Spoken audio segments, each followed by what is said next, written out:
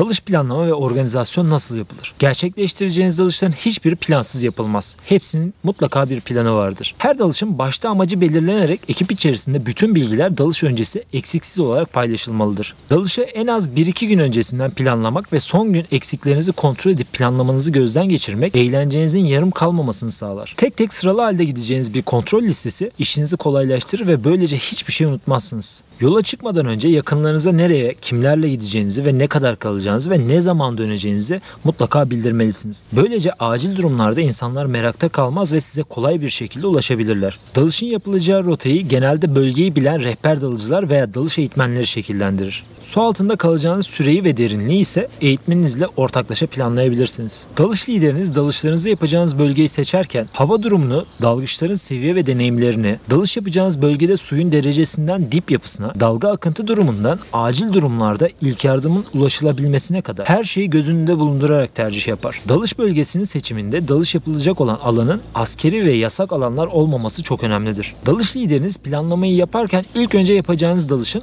amacını belirler. Gerçekleştirilecek dalışın türü bölge seçiminin başlıca en önemli kriterini oluşturur. Örneğin eğitim dalışları daha sığ ve durgun sularda yapılırken deneyim dalışları için açık denizler tercih edilir. Bu tercihlere göre derinlik, süre ve kişilerin hava tüketim miktarının hesaplanması yapılarak bölge seçimi yapılır. Bölgeye hakim ve bazı sabit deniz canlılarının yuvasını, nerede dolaştığını bilen dalış rehberleriyle dalış gerçekleştirmek hem daha keyifli hem de daha güvenli olur. Dalış öncesi planlama hem dalıcıların kendini güvende hissetmesini sağlar hem de olası bir plan dışı durumda herkesin ne yapacağını bilmesine yarar. Dalışa nereden başlanacağı, nereden denize girilip nereden çıkılacağı ekipteki herkes için oldukça önemlidir. Böylece olası bir acil çıkış veya kaybolma gibi durumlarda dalıcılar nereye gideceğini ve ne yapacağını bildiği için panik havası oluşmaz. Tüm işaretleri ve belirlediğiniz özel işaretleri dalışa geçmeden önce herkesin anladığından emin olmak için mutlaka tekrarlayın. Kullanacağınız hava miktarı üzerinde de mutlaka ortaklaşa bir karar verilmelidir. Böylece herkes havasını daha kontrollü bir şekilde takip ederek kaç bar havaya düştüğünüzde dönüş yoluna geçeceğinizi de çoktan planlamış olursunuz.